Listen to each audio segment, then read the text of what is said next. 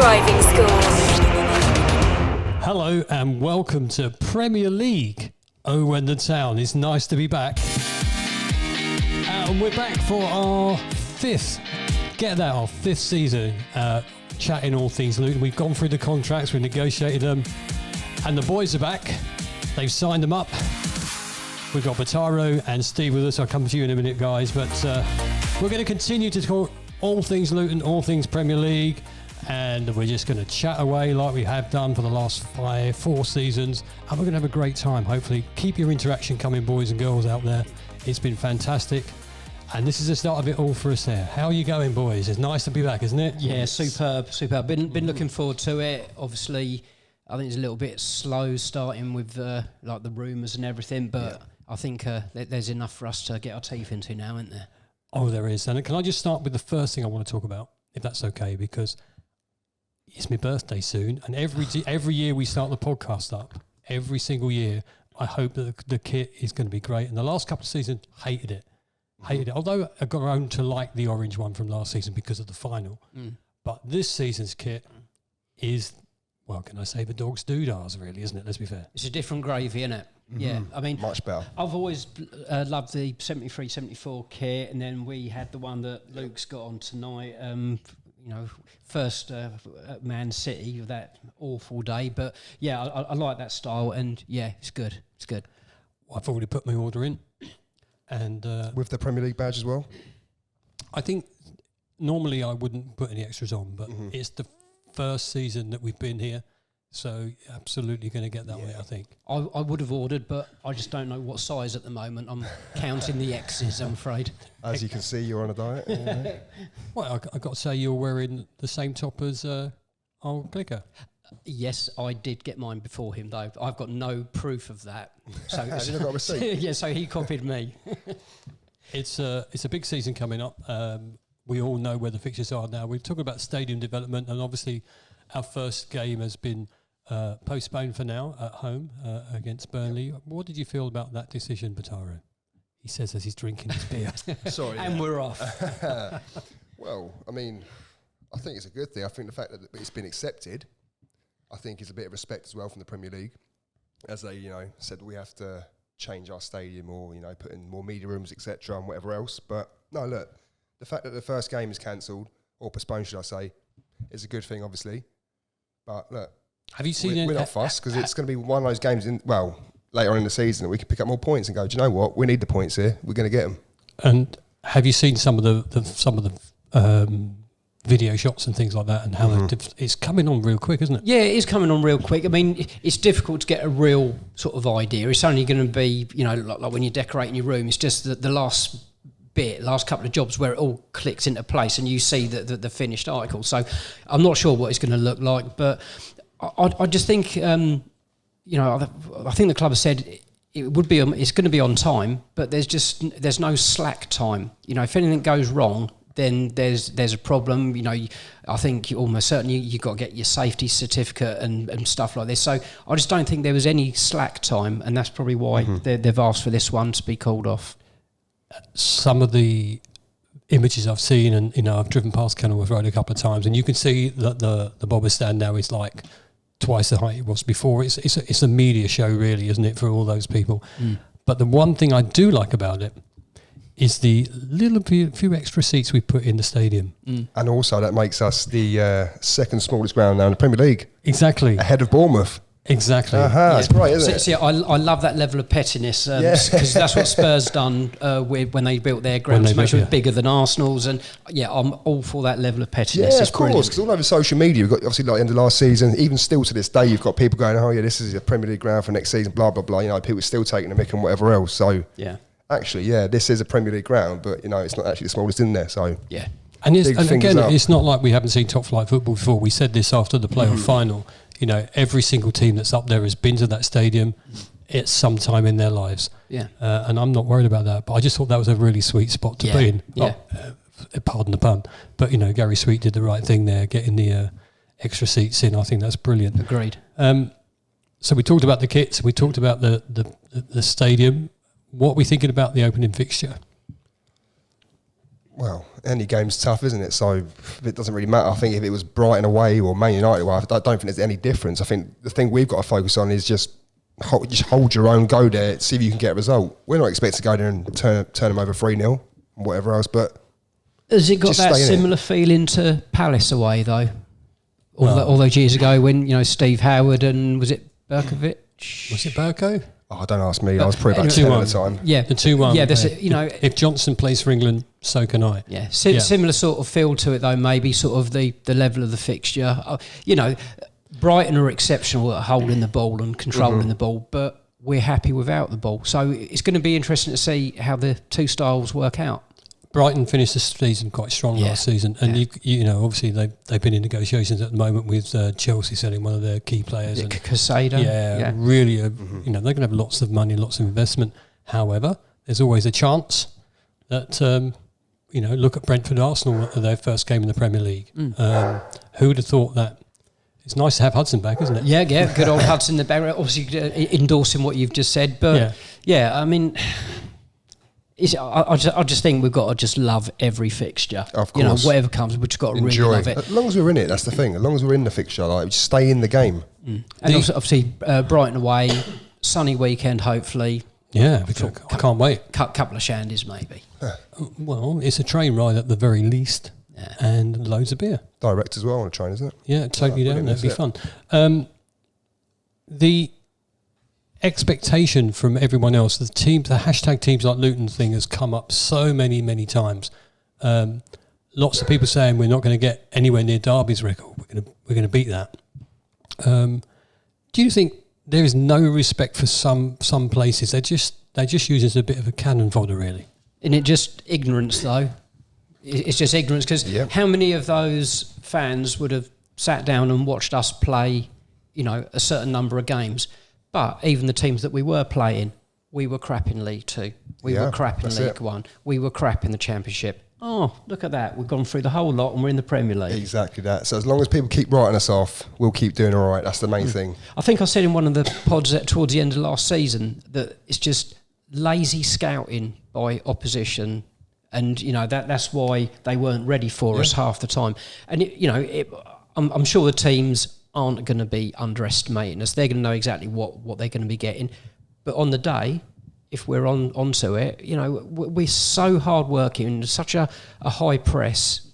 I just think that if we can keep in the fixtures, be more ruthless with our finishing. Yeah, that's it. We've got to take those half chances. Bataro, Steve just picked that up. The scouting is going to be much better in the Premier League, isn't it? What you mean by the opposition teams and the coaches? Yeah, of course. Well, you say that. I think at any level, maybe down to probably sort of League 1 level or so, League 2, I think it's still very, it's all professional, isn't it? It's all straight to, how do I get this? I can't get it out properly. Hang on a minute. Sounds a bit weird. Sorry about that. Well, the clubs haven't scouted us properly and done their homework on us when we've had a fixture coming up with them, I feel. What, you feel like in previous seasons? Yeah, this exactly. I kind of get that, but have they done it though? It's just because we've exceeded expectations and such and sort of like gone on and maybe been a bit more clever. But you're saying obviously about scouting and, the way they're going to look at us and obviously watch. I'm sure they've got a lot more, that's what I'm looking for, a lot more staff members within their clubs. That's probably the only resource. That's it. So they pay a lot more people to do a lot more jobs within a similar job, if that makes sense. So dissect it down, but I get that. So the clubs, obviously they're out training on in Slovenia, isn't it? Mm-hmm. Yes. They're out there now, warm weather training. We have some new signings come on board. We can go through a couple of them, but let's start with Chio. Benny. Yeah, thank you. Because I can never remember. You was looking at his name, weren't you? Thinking, what I was going to do is, you remember when Luke used to present and he couldn't pronounce names? Yeah. He gets that from me. What do we think about that signing, Bataru? I think it's a clever signing. I actually had a conversation with Luke last week about it. And I'm really happy with that one because the thing is, right, obviously I don't know if you boys know a lot about him at Rotherham or you've seen him play or whatever, but this guy will give you 100% work ethic. And like you say, he can play many positions, like it says here, right wing back, striker. I'm sure he can play even attacking midfield if you wanted to, like a number 10. But this guy will run and run and run. He's got a lot of pace, and he's very, very athletic. So what you're going to get from this guy is 100% every single week if he plays. I'm not saying he's going to start, but he's a very, very clever signing, I feel. It's exactly Energy. what our profile of Yes. player has been the last sort of couple of years, isn't it? When you watch the interview that was done with him, he comes across as like he's a really, really nice guy, and he really is focused on performing his career more, being an Irish, international player. Yeah. Sorry, thank you for that. And this can only benefit him, right? Well, of course. I mean, what I was also going to say is, right, Dave, if you get time after the podcast or whenever, type in on YouTube. I'm sure they'll have highlights. So basically, Benet against France in a qualifier, I think maybe 6 months ago or so, a few months back. And this guy got man of the match for Ireland against France. And he put it this way. You know how quick Mbappe is? He defended Mbappe very, very well. And Had his card marked. he scored an overhead kick as well for Ireland. I've seen Croatia that. was that? Yeah, I'm not sure, but yeah. I mean, it just seems that he's versatile with regards to the positions that he can play, and that helps when we're maybe changing formations during a game. There's no doubt, and he's quick and he's strong, and he appears to be really desperate to succeed. So it ticks all the boxes of what we've been recruiting. And when you think about the business we've done so far, that has been officially announced, it's a bit weird, isn't it, to be a Luton Town supporter and then see your transfer record broken twice. Yeah, that's crazy. You break it one week and then the following week you break it again. And we talk about Mads Andersen coming. So he breaks a transfer record, doesn't he, coming in? Again, he seems to be coming across as a really, really nice guy. And although it says undisclosed, we also know, because Gary Sweet has mentioned this, that it broke our transfer record from our previous record. So he signed from Barnsley, captain, 42 appearances. He only scored twice though, but that doesn't matter. Defender, isn't he? So yeah. He was in the League One EFL team of the season. Yeah. And a lot of people go, "Oh, you've recruited a League One defender." However, This guy, but he played 2 seasons in the Championship as well exactly. and performed very, very well. Like you said, sorry, that was about to say, Dave. No, carry on. Apologies for that. Just jumped in there, didn't I? No, carry on. But no, look, Mads Andersen, this is the one for me that I'm really, really excited about. 25-year-old centre half. He's absolutely unit as well. I think he's about 6'4", isn't he? 6'5". Yeah.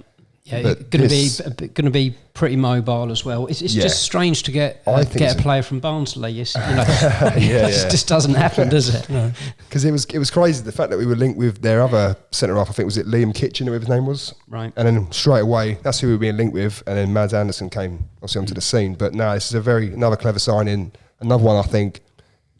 Potentially, it's a big jump from League One. Obviously, he played Championship. He knows how to play that level as well. Premier League's different. It's like all the players we've got now. So it doesn't really matter for him. But we just need to be careful and just maybe... I think he's good enough to learn the way to play. But obviously, he's only going to improve under the coaches and whatever else. Just another leader as well, though, isn't it? Yeah. Someone that's going to sort of make decisions, because all the players are going to have to do sort of loads of on-the-spot decision-making. And when you've got so many leaders like that, it can only be a good thing. Does he rock up and start? Well, see, this is a thing. I think he probably will be a starter because the fact that he's that big as well, set pieces, I think that's going to be key for us next season. Yeah, maybe. I think a lot depends on Burke and how... Can't stay fit though, can he? Well, this is it, his fitness and his durability. I mean, there's no doubting he's an absolute top player for us. I think he's fantastic. And the way he dealt with the playoff final, coming on after such a short period of time... And, he just done everything asked of him. So if we can keep him out of injury's way, I think superb. Mm-hmm. No, I agree with that. And that could be a real decision as to who he does play at the back. I still think we're a little bit light at the moment at the back still, though. I'll be honest. So I think currently as it stands, obviously we've got, Mads has come in.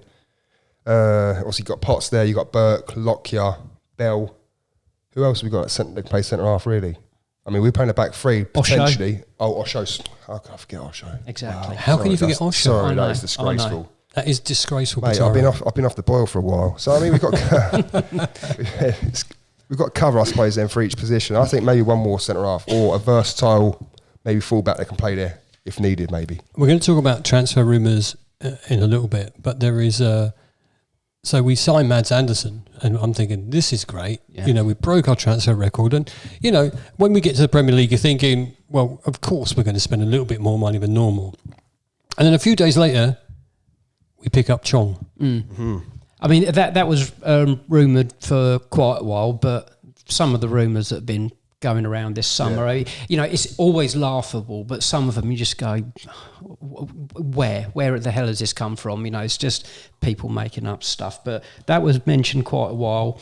And yeah, I mean, we're going to refer back to when Birmingham done us 5-0 and ruined us, didn't he? He was really instrumental. And I'm sure that wouldn't have been the only time that he come across the recruitment staff's eyes. So at that game, the game you just mentioned, Steve, when we lost 5-0, he was outstanding.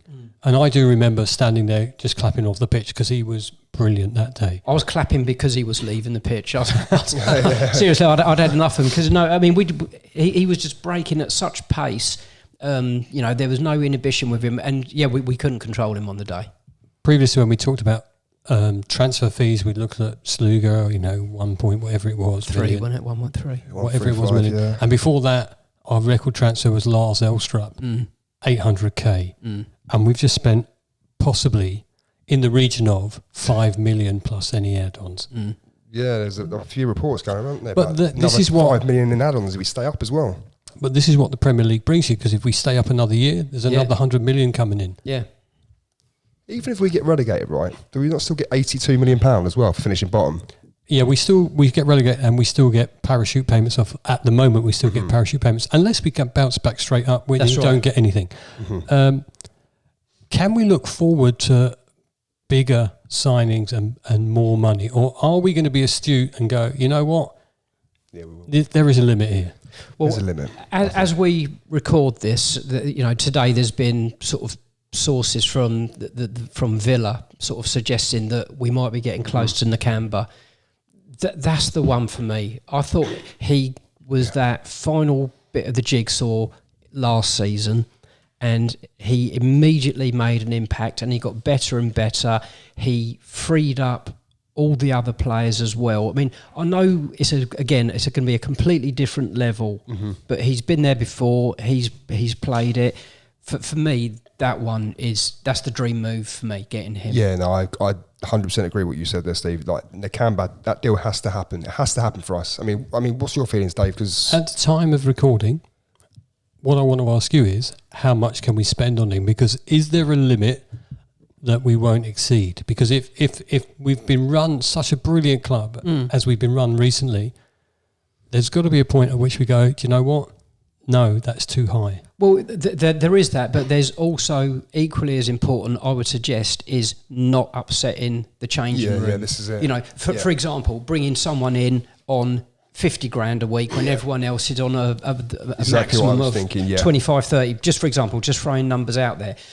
Maybe the club have found a way of sort of dealing with the finances, you know, maybe a signing on fee, and then a weekly wage that is within our structure, or bonuses and stuff like that. But I think them not upsetting the changing room will be just as important as us not going out of our financial capabilities. Spot on. Which we know we won't.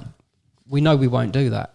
So we're talking about Nakamba at the moment because, you know, the rumour has come up. So let's just move on to some transfer rumours. But but the thing is, though, Dave, we've got enough bits of paper to look at all the rumours that we've had in the last 4 weeks. Well, firstly, I generally want to start with the number one position, because at the moment we've got Shea. Is he our number one goalkeeper, or do you feel that someone's going to come in? He's not going to be our number one keeper. I think Shea is absolutely wonderful. He's and a brilliant goalkeeper as well. Yeah, he's shown a level of loyalty, which is great. But by the same token, Luton have also shown that loyalty. You know, when you wrecked his knee at Cardiff, I believe it was, the new deal was there in front of him straight away. You know, so the loyalty things work both ways. He has never let us down. I think I've heard him interviewed saying that, you know, he loves being here. He understands the role that sometimes he's going to play. He's just a model professional, bit like Luke Berry, worth his weight in gold. Not going to upset the apple cart if he doesn't play. but you can rely on him for periods of time. And, he could easily have been our number one keeper last season. We discussed the amount of clean sheets, and I think we all agreed that it was mainly down to the defence and the midfield. Yeah. I think we would have had very similar with James Shea in goal all last season. But Taro, when you look at the people we've been linked with for a new goalkeeper, is there anyone that sort of like jumps out at you and go, I want this player? Well, I mean, out of the four on here, Mark Travers, yeah, I think he's a half-decent goalkeeper. The only one here as well, Asmir Begovic, I believe he signed for QPR earlier on today. So he's out of the question now. Tom Heaton, look, this is the truth as well. Tom Heaton, growing up, was my favourite goalkeeper as well. Him and Shay Given, okay, but neither here nor there anyway. This guy, I don't think he's played any football really in the last sort of 2 years maybe. I'm not saying age matters or whatever, but he's 38 maybe, coming on 40 potentially, I don't know. Heaton? Yeah. He's 37, mate. Did it say that? No, I done research earlier. Yeah, you're good, aren't you? I tell you what, he's taken over this guy, isn't Premier League podcast, mate. Yeah. I'd like to apologise to everyone. I am useless, but at least they got it right though, I guess. But no, Tom Heaton, he hasn't played a lot of football. Is he as good as what he used to be? No one knows. So none of these really fill me with. I mean, Thomas Kaminski, another one. Are we going to pay £4 million for a goalkeeper who? All right, he was number one for Blackburn for a majority, but he's been dropped, I think, a few times. We paid 1.2 million for a goalkeeper that we didn't really know before. Why wouldn't we pay a little bit extra? Yeah, and if reports are true, Blackburn are about to have a fire sale because they're in trouble. Yes, so there is that. But Tom Heaton, unrivaled experience out of him and the other keepers that have been sort of mentioned as now that Begovic is out of the equation.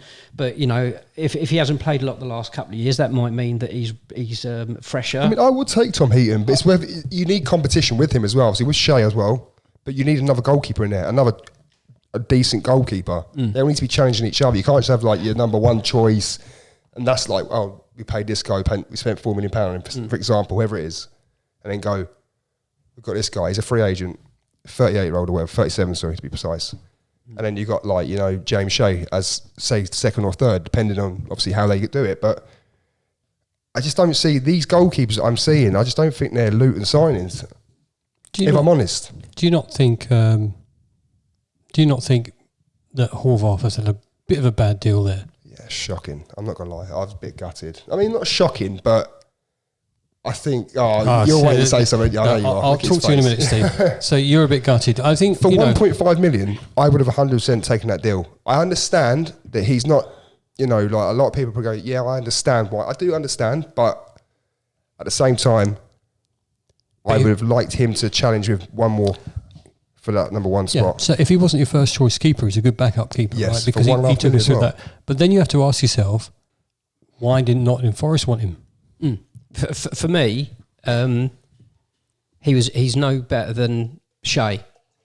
For me, personally, he made some great saves, but in a season, James Shea would also make some fantastic saves. So, I get that. I totally agree with the decision, and it was made quite quickly. But the goalkeeping department has been something that we struggled with now for, I would suggest, sort of 4 years. We have got to address I'd say since Mark Tyler left, really. Yeah, so we need a keeper that you can rely on, who's going to be regular, and he's going to be the number one keeper because he's going to have a lot to do in the Premier League for definite because of because increased quality. Yeah. Honestly, I can't tell you how much I'm looking forward to it, but in trepidation of some of the attackers we might have to face, our defence has got to be great. Yeah, I mean, I've obviously you speak to your workmates, you're chatting away. I work with QPR, Spurs, and Chelsea, and they all think that we're going to really ruffle some feathers. I hope so. We might take a few spankings in the season, but they really reckon we're going to cause some upsets.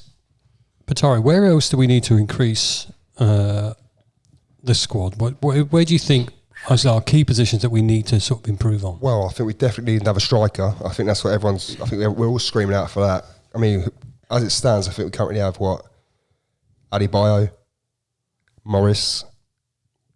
Woodrow. But he's more like a number 10 though, isn't he? Like, of anything. But But yeah, I suppose. But I mean, out and out real strikers, like obviously Woodrow for me, I like Woodrow anyway, and obviously Joe Taylor. Joe Taylor. Definitely need another signing. I have to say about Joe Taylor, and I know I said it on the day, but his penalty was brilliant. We've been linked with Tom Cannon from Sunderland and Preston. Sunderland and Preston are interested in him. Does he choose? Does he choose? Does he choose them before us? I would be surprised. According to this, he's 20, but I mean, 8 goals in 20 appearances for Preston last season. You know, that's a decent return. And a team that didn't really score that many goals, I don't think, either, did they? Yeah, no, exactly. I would be surprised if he chose Championship over us. But other rumours, Ross Stewart. Ooh, Ross Stewart. What do you reckon? Do you know what, right? Rumours. I can't tell you enough that these are rumours. Yeah. They're not correct. Of course. I mean, look, there's only one there really that stands out for me. But obviously, going back onto Ross Stewart, this guy, I think, I think he's very much a Luton sort of signing. Do you know what I mean? The big centre forward, He's a handful. Almost like a bit of not quite like Ali Bio, but a bit, a bit leggy and whatever else. And the guy can score goals, proven at League One level. Started the season off, I think, before he got injured, 10 in 13. And Sunderland fans rave about him like he's like the best thing since sliced bread. So, and I have seen it. I don't know if you gents seen him play at all? A few bits. I mean, what I remember about him is several groups of fans saying that if he had have been fit for the season, that Sunderland would have been a very different proposition to the rest of the division. I could probably agree with that to a certain extent as well. I think he would have scored 20 goals as well. I think the problem we have, although we are Premier League, for at least one season, hopefully more than that, the problem we have is that people will look at hashtag Little Luton and hashtag Big Sunderland or Big whoever, and they might think, well, we've got a better chance of going and staying with these teams. Well, that may well be the case, but also if you are going to refer and people think of us as Little Luton, if you're a good player, you'll stand out at Little Luton in the Premier League. You're more likely to get a transfer to another Premier League club when Little Luton go down. Yeah, that's always the way as well. But sorry, we talked earlier just before we started that there's a big rumour about Kabore. Mm-hmm. Is that how you pronounce it? It's Kabore. Yeah. From Man City. He was on loan in the French league last season at Marseille. I think he played maybe 30 games, potentially 20 or 30 games. But I have seen him play actually. This guy, he on loan for Man City, I believe, isn't he? Yes, on loan for Man City. So, yeah, and I mean, look, I've seen this heavily linked, like floating around everywhere, and I saw it. I think for the first time, maybe three and a half weeks ago, something like this came out or whatever. You know, when you search like all over the internet and whatever else. But if it happens, then I'm quite excited because this guy is an athlete. This guy can run. Like, he's aggressive. He's quick. I mean, if you want me to compare him, I don't really know who to compare him to, but do you know Isaiah Jones from Borough? Yep. The right back, the really, really quick one. Yeah. Him. It's almost like he's him, but I'd say he's twice the player of him. Okay. Being respectful. I know they wouldn't be respectful to us, but whatever, innit? So, yeah. No, let's just maintain that little bit of Luton respect that Sweetie said to do last season. We're going to enjoy the whole Premier League. Is he a better replacement for Drame? I honestly couldn't answer you that, I'm afraid, Dave, because I'm not massively familiar with the guy. So this is where I have got to brush up on other players, and particularly some of the other Premier League players, because I think we focus so much on our own team. Other stuff that you sort of passes you by. The only thing I would say about this Kabore, obviously with him and Drame, I say they're a little bit different. For me, Drame he goes about his business. Obviously, we noticed it last season. He went about his business in a quite a nice sort of calm manner, didn't he? Mm-hmm. Just done his basics. I think in his first game, he showed off a little bit because he was phenomenal. He was incredible. It was a hell of a first appearance. But I mean, I think they're slightly different players. Sorry, Kabore is more attacking, I would say. Can get in and around it. I think in the next few weeks we'll hear more for transfers. So, anything that we bring in, is the next player going to break our transfer record again? I think there's one more. If Chong's sort of around 5 million, I reckon there's maybe one more. I reckon there's one more. But one biggie. Yeah. I mean, I presume at some point we're going to touch on people that have decided to stay with us as well. Well, you can do. Let's do it now. Isn't it great that everybody's sort of like increased their... firstly, let's mention the legend, Pelly. Yeah. What a man. I think anyone really that would have jumped ship now would need their head testing, to be honest with you. It would be. It's nice that they keep the fans waiting. I think we're all impatient. We all want to know the transfers immediately. We want to see the new kit immediately. We want to see the new stand immediately. Got to chill, relax. I would say also that agents have a lot to do with this, but there's a couple that committed really quickly. Carlton Morris, obviously, delighted that he's re-signed. Yeah, he had to after that tattoo, didn't he? Yeah, that's great, by the way. I'm going to say what a great that is a good bit of ink. Beautiful. By the way, Bataro, talking of tattoos, you're still due one. I am due one, yeah, but it's got to be slightly changed now, isn't it? So, no, Jay, we won't discuss that. I'll tell you what, we'll put on social media and we'll see what they say. So we've had obviously Pelly re-signed. Adebayo was a sort of a no-brainer for him. Surely, you think you're right, Steve.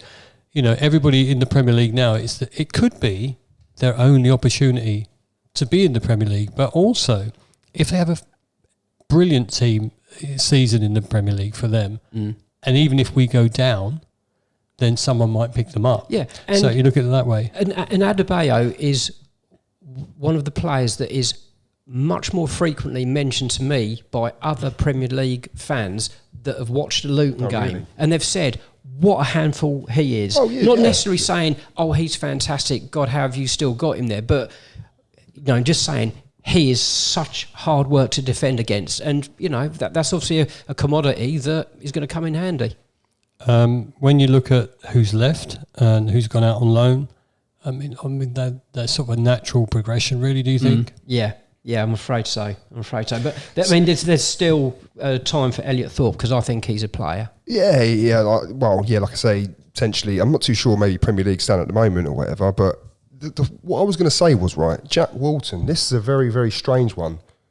Obviously, when we got Harry Isley went out, didn't he? Obviously to Barnsley. Mm-hmm. We then signed him permanent, didn't we? Obviously for money.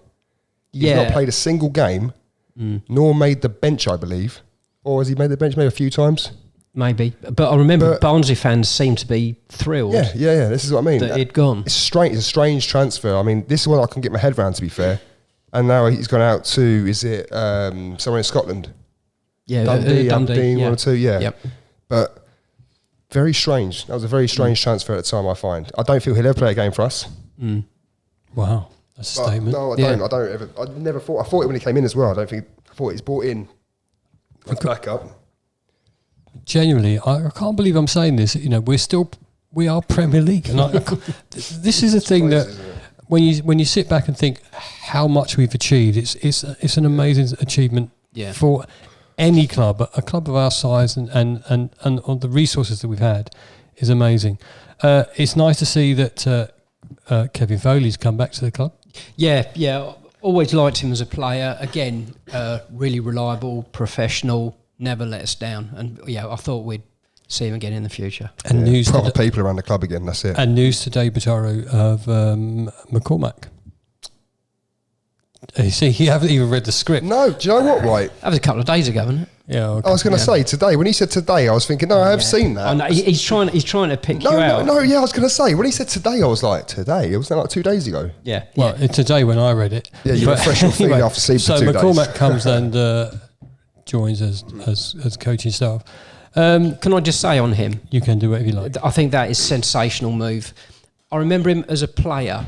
He would maraud around midfield, hunting the opposition down. He was an absolute leader, and the other players just followed his mindset. He hunted you down. He absolutely bossed that centre of midfield. He's clearly done a great job with the young lads because he's been promoted again. I think his mentality for him is mentality. But interesting. He's going to be doing the set pieces. So that'd be interesting to see what he comes up with. Was it a 35 he joined us or 34? when he first played for us. If something like that, yeah. And he was still, like I say, he was one of the best players in that division as well. Was he League 2 and League 1? I can't remember. Was he just League... no. His debut for us was when he scored that absolute belter. Yeovil, wasn't it? Yeovil, yeah. Yeovil, 8-2. Yeah. He played League 1 as well, didn't he, as well? Yeah. Yes. But what I was going to say was, for a 35-year-old to still put in that level... I'm not being disrespectful here either to like anyone who's over the age of whatever, 30. I'm not far off that. But what I'm saying is the fact that he was probably the fittest player we had. Yeah. And doing that job, it almost goes back to a Paul Benson as well back in the conference. Yeah. Everyone said he was the fittest player we had. Yeah, and he'll be very demanding as a coach. Signing leaders, getting leaders in to do jobs as well now in a senior role, so it's good. So I'm going to ask you to be fairly brief, but we'll start with you, Steve, and then we'll go on to Batara afterwards. Yeah. What are your expectations for next season, Steve? Some massive highs. You know, some real... wow, have we just done that results, home or away? Maybe a couple of wallopings, you know, a couple of wrong decisions, but it's going to be an absolute roller coaster, and we are not going to be cut adrift. We may go down, but we won't get cut adrift. Brilliant. And Batara, what's your thoughts about your expectations for next season, you know, home and away? Look, the only expectation I have, right, is for the course of the season, I would just like to see us play with 100% commitment and just not necessarily go for it and, you know, sit there and go, oh, you know, well, what we do? We're losing 2-0 Don't be scared of it. Yeah, but just go in there, just enjoy yourselves. I think the boys know this anyway. They know what they're doing. They don't need to see me at sound podcast or whatever. But from my point of view, I have no expectations. I just want to see them enjoy themselves on the pitch. Like you say, don't be scared. Go for it. And just have it. Yeah. Because I know they're good enough to get at least 30 points next season. I know that for a fact. They are good enough. And if we make a few more signings as well, no disrespect to the current like crop of squad and whatever, but if they get a couple more quality signings in there, who's to say we can't do it? Look at Bournemouth. Yeah. And going on to you, Dave, what's your expectations or whatever you think? Well, I'm glad you asked that question because because I set it up. My expectations are this. I want to go, like you, Steve, I want to go to some of those stadiums and pull off that result no one's expecting. You know, who would have said that Brentford would have beat Man City twice last season? Exactly. Who would have said, you know, that we would have been in the Premier League? So I genuinely feel that we've got a good chance of getting some points. I want to put the Derby thing to bed as soon as possible. God, yeah. And it's boring as well, isn't it? And yeah, it's as boring as you're going through someone's back garden. It could be tough. It could be very, very tough. But I'd love it if we got to the end of the season and we still had a chance of staying up. I would love it. However, we might surprise ourselves and not even be in that quagmire of going down. Why don't we get Europe? Well... You know, we'll talk about Europe. There's a Germany trip we could all do. There is. The expectations for us, I think you just got to enjoy every single moment. The new fans, the young fans, loads more fans abroad that are watching us now and, you know, looking for the new shirts, looking for Luton Town. We just got to put up a good show. So for me, I just want to make sure that we don't let ourselves down. And just I don't think we will. Yeah, just be Luton. Be Luton, just even be Luton. We have to shit house our way to a few results or whatever. And do you know what, just change it up. I think we're going to be the most diverse team next season, or the most I generally think we might be the most talked about team, whether it be good or bad. You know, there's the hashtag is not going to go. It's not going to go. We asked you guys, do you have any expectations for next season? Is it fair to say we don't need to have any? Dwayne said, just have a laugh and be true to ourselves throughout. Wall of noise and venom at home. Back the team and get the numbers away. Tony says we've got nothing to lose, which is true. We'll give a few teams a bloody nose, I'm sure. Also, a good start is key. Getting some points on the board early doors will help us no end. That makes sense. Kevin said, never thought we'd get promoted. So if we stay up, it's a huge bonus as long as we're competitive, i.e. don't get relegated into the last couple of games. Don't spend a fortune in the process and in a good place to do well in the championship, he will be happy. Gaz says, expect nothing, enjoy everything. This is going to be one hell of a ride. Big E, none. He has no expectations. I think by the signs we've had so far, neither do the club. That's a bit harsh.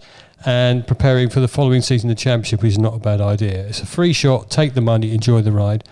Barney, shutting people up by beating Derby's record is the first thing. Well done, Barney. And then just put us up in a good fight to survive and hopefully take a few big scalps away. Yeah. And Adam says, my expectation is to enjoy the ride. We're Luton Town. We do things differently to other clubs. And there's no one to compare us to. They're all fair assessments. Yes, exactly. One really quick thing. I was reading one of the things on Twitter that one of the journalists had done, and one of the things I saw was one loss in the last 20 regular games last season. So we're going to go in with momentum and confidence. You know, when Huddersfield's first season up, they had a really good start, and they went up with a bloody minus goal difference. So, you know, we are going to go up with real purpose, confidence, and, you know, believing that they can do it. And just before we finish, I think I said it in the podcast, the last podcast we did at the end of the Championship season. I do know, and I mentioned Brentford, but I do know a Brentford fan who said to me, every game's like a final. And you can take from that whatever you want. And then when you score and you win, it's fantastic. We've got all those things. Before we leave, I just want to talk a couple of things. I just want to ask you guys, and we're going to put this down and we're going to go back and we'll get producer Jacob to look it up. I'm just going to ask you a couple of firsts. So just off the top of your heads, and I know I've not put you up for this before, who's going to score our first goal? Steve? Lockyer. Oh, yeah. I was... Batari? I'd love to say Pelly, but I'm not, because it's not going to happen, so it might do. But it's a shame you said that, because that's what I wanted to say as well. Well, you can say it as well. I want to say Tom Lockyer as well. Okay. From a corner. There you go. The last minute. A 1-0 win. Oh, please, against Brighton. Well, I'm just gonna go steady and say I think Carlton's going to score. Okay. Who's going to be booked first in the Premier League? Carlton Morris. He's going to definitely be booked first. Do you know why? Because he's an absolute machine. Nakamba. Oh, well, good call. He's confident. Good call. Hey, that's quite impressive. Oh, no, it's me now, isn't it? Yes, it is. I generally think it'll be Lockyer. Yeah. Who's going to get sent off first? Ooh, sent off. Probably Lockyer as well. No, hang on, let me think about that. Or nobody. Because, you know, there's no guarantee. There'll be a few red cards next season, I reckon. Maybe even Osho, if he starts. If Osho starts, he'll probably get sent off first. He's gonna. If he listens to this, he's going to hate that. No, but no, it's nothing like that. I'm not slating him. I'm just saying Osho's committed. He loves it. Okay. He's having a right go at Osho, isn't he? Even forgot who he was at the start. No, to be fair, that's actually Terry. Yeah. Our first red card is going to be our goalkeeper, whoever that may be. Okay, goalkeeper. That's not a very good one. Let's put Jake Finley. Oh dear! I wish I'd never asked this now. For me, I think it might be one of our forwards. So I'm going to go with... what percent off? Yeah. I think it might be one of our forwards. I think Morris, he gets very emotional. I would say, and without no disrespect, you know, to anybody who plays for us, that there's a point at which there may be something to be deemed simulation, and VAR might get involved. Mm-hmm. And I think it'll be one of our forwards. So I hate to say this, but I'm going to go Morris and see what happens. Who's our first win? Brighton. West Ham. Oh, yeah, I'd take that. Yeah. I would say that. That'd be nice, wouldn't it? Yeah. Oh, yes, that'd be lovely. Brilliant. Listen, boys, it's been brilliant to be back with you guys. You know what? It's fantastic to be back, 5th season in a row. Yeah. We love the interaction with everybody on the things. And you actually see us on more podcasts recently because we've already signed up to a Premier League podcast, which is called The 12th Man. And we've already signed up for another documentary that's coming up. And we've got a couple of other things coming up as well. So keep a lookout because we're not on in the Town only. We're everywhere else. Keep in touch. See us at the game. Say hello. Thanks for watching. Thanks for listening. And if you can subscribe, please do. Thank you, everyone. See you soon, boys. Come on.